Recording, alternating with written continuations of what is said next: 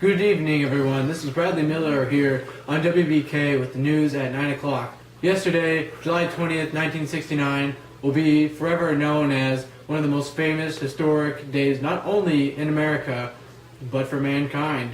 The Apollo 11 lunar module safely landed on the surface of the moon. The historic words, "That's one small step for man, one giant leap for mankind," will forever be remembered by everyone.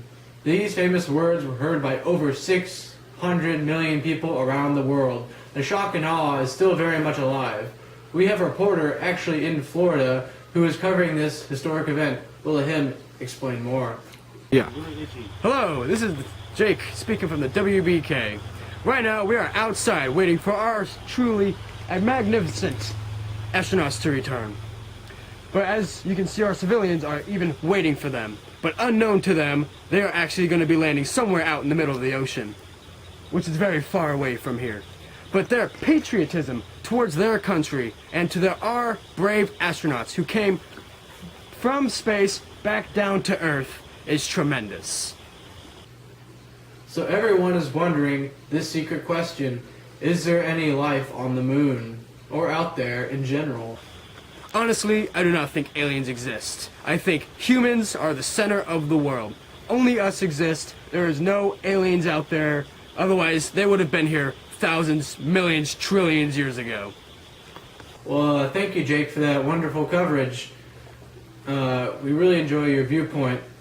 As you can see, Americans are still very excited about the Apollo 11 moon landing. This landing would not have been possible if it weren't for the drive to explore, beating the Soviets, and JFK's promise to put men on the moon by the end of the decade. Not all Americans have the same viewpoint, however. Some say that the moon landings was a great success, but its creations and other aspects of it were not so American. America is based on rugged individualism in which every great thing is done by the intentions of one or a few people. The mainstream view is that the astronauts and a few others are the heroes that deserve the title of discoverers. Others challenge this with several key points. A major point is that the fact that it took a huge coordination of workers and other engineers and scientists. This especially for the contradiction of capitalist ideas that so characterize America. A total of around 420,000 workers, 90,000 of which were scientists and engineers, worked on this project.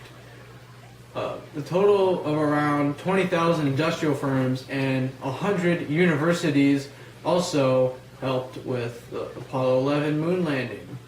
This just shows that the moon landing was the result of large-scale effort, not the heroic deeds of a few men. Another point is that the purpose of the moon landing is to explore a new frontier.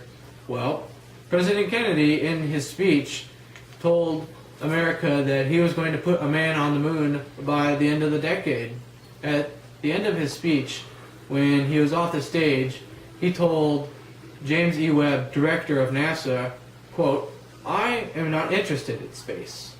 For what reason is there to place a man on the moon then?" The president's reason was to beat the USSR in the Great Space Race.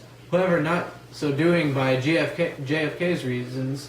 The public and the team that worked on the Apollo project, though, were inspired by the exploration and the challenge of their intellect.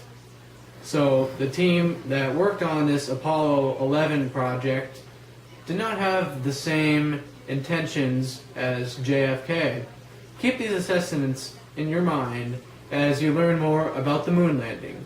That is all the time that I have for tonight. Remember to think about what others may say, and that the entire moon landing was done by a large-scale effort of America, driven by the ingenuity and exploration. Also, keep a lookout for the astronauts' return as they make it back safely.